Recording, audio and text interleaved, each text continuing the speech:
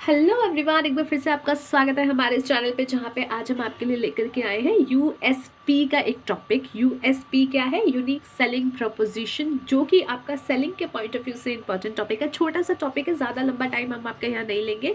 तो यहाँ पे जो है 5 मार्क्स का क्वेश्चन आराम से आपका कवर अप हो सकता है, तो इसलिए इसको अच्छे से एंड तक देखिएगा और जो है पूरा ठीक से समझ के जाइएगा।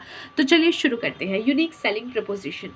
अब कई बार जब आपको अपना प्रोडक्ट बेचना होता है तो आप पहले ये सोचते हो कि यार इस प्रोडक्ट में ऐसा क्या है जो बाकी के किसी प्रोडक्ट में नहीं है। आखिर आप ऐसा क्यों करते हो? ताकि आप अपने कस्टमर के पास जब जाओ तो आप उनको बता सको कि भाई साहब, बहन जी, जो ये प्रोडक्ट है, ये पर्टिकुलर प्रोडक्ट है, इसमें आपको ये एक एक्स्ट्रा चीज़ मिलने वाली है जो आपको कोई और कंपनी, कोई और हमारा कॉम्पिटिटर नहीं दे रहा है।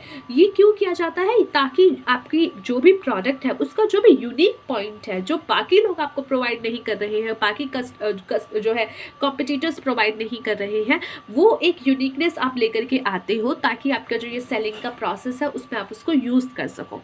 So it is an offer and advertiser makes two is target customer. ये क्या है? ये एक ऑफर है। आपका ऑफर भी हो सकता है, जो कि एक एडवर्टाइजर, जो भी पर्टिकुलर कंपनी का एडवर्टाइजर है, जो भी उस सामान को बेच रहा है, उसका जो एडवर्टाइजर है वो करता है, ये ऑफर करता है वो एडवर्टाइजर किसको? अपने टारगेट कस्टमर को, which is unique in relation to competing offers and promise to deliver a certain distinction, benefit और सेटिस्फैक्शन। जो कि क्या होने वाला है? एक ऐसा आप प्रॉमिस कर रहे हो, ऑफर कर रहे हो, जिससे क्या होगा? डिस्टिंक्टिंग बेनिफिट मिलेगा या फिर सेटिस्फैक्शन मिलेगी उस प्रॉस्पेक्टस को। अ approach and style which was oriented at the Ted Bates advertising agency in the early 1940s। ये एक ऐसा अप्रोच है, ऐसा स्टाइल है जो कि बहुत ही पहले किया गया था टेड बेट्स एडवर्टाइजिंग एजेंसी द्वारा इन 1940s में। The originator, author and copywriter was Roger Reeves. इसका जो ओरिजिनेटर था, ऑथर था और कॉपीराइटर था, वो कौन था? Roger Reeves. He develop this central idea of unique selling proposition. उन्होंने ये यूनिक सेलिंग प्रपोजिशन का आइडिया डेवलप किया था। This concept has been adopted by many agency all over the world. और अब क्या है? अब जो है ऑल ओवर द वर्ल्ड जो भी आपके डिफरेंट टाइप ऑफ एजेंसीज हैं, वो इस मेथड्स को उठाती है और यूज़ करती है। अब इसमें जो है आपके 3 पॉइंट्स जो है, 3 वर्ड्स जुड़े हुए होते हैं। सबसे पहला यूनिक, जो कि बाकी सबसे यूनिक हो।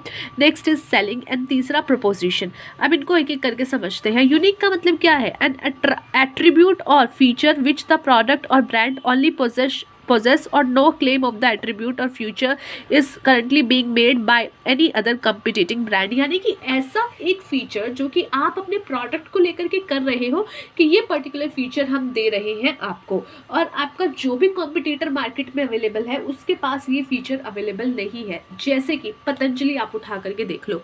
पतंजलि ने जब रिसेंटली जब एकदम से न्यू मार्केट में आया था, उसने अपने प्रोडक्ट को यही कह के बेचा था कि ये शुद्ध प्रोडक्ट्स हैं, ये जो है आयुर्वेद प्रोडक्ट है, इसमें आयुर्वेद की आपको जो है प्रेजेंस दिखेगी। बल्कि दूसरे जो मार्केट में प्रोडक्ट उस टाइम पे अवेलेबल थे, उनमें से कोई भी जो है ये एक अलग चीज़ नहीं लेके आ रहा था। तो यहाँ पे यूनिकनेस क्या थी उस प्रोडक्ट की कि भाई ये जो है आयुर्वेदिक प्रोडक्ट है, ये जो है स्वदेशी प्रोडक्ट्स है। तो ये क्या है? ये एक यूनिक पॉइंट है जो कि किसी भी उस कंपनी के लिए जो था। Next is selling, refers to sales value. The claim, whatever it is, must be strong enough, important enough, believable enough to convince consumer that it is absolutely in their interest to purchase the product or brand in question। यानी कि भाई देखो, हमारी cell इतनी अच्छी हो रही है, आपको भी खरीदना चाहिए। आपने कई बार देखा होगा, मार्केट में आप जाते हो तो कोई एक प्रोडक्ट निकल के आता है, वो कहते हैं कि देखिए बहन जी, 10 पीस लाया था, 9 बिक गया, ये आखिरी बचा, आपने लेना है तो ले लो, नहीं तो कोई और आके ले ही जाएगा। तो ये क्या है? वो दिखा रहे हैं कि ये पर्टिकुलर प्रोडक्ट की सेलिंग ऑलरेडी मार्केट में इतनी ज़्यादा है जो कि लोग खरीद रहे हैं। आप नहीं खरीद रहे, वो अलग चीज़ है, आपको शायद आइडिया नहीं होगा, बट मार्केट में बहुत लोग हैं जो ये प्रोडक्ट खरीद रहे हैं। तो ये क्या है? ये रेफर कर रहे हो आप सेल्स वैल्यू की, भाई ये जो है ऑलरेडी खरीदा जा रहा है, बहुत खरीदा जा रहा है। अब ये सेल्स वैल्यू का आप क्या क्लेम कर रहे हो? आप क्लेम कर रहे हो, और ये जो है स्ट्रॉन्ग इनफ क्लेम होना चाहिए कि लोग जो है इस पर जो है एक तरीके से वेरी कर सके, बिलीव कर सके कि हाँ भाई ये ठीक ही कह रहा होगा, और कंज्यूमर कन्विंस भी हो जाए। तो इसीलिए एक तो आपका जो है यूनिकनेस आनी चाहिए आपके प्रोडक्ट में, सेलिंग आपका जो है आपकी स्टेटमेंट ऐसी होनी चाहिए कि हाँ मार्केट में लोग खरीद रहे हैं।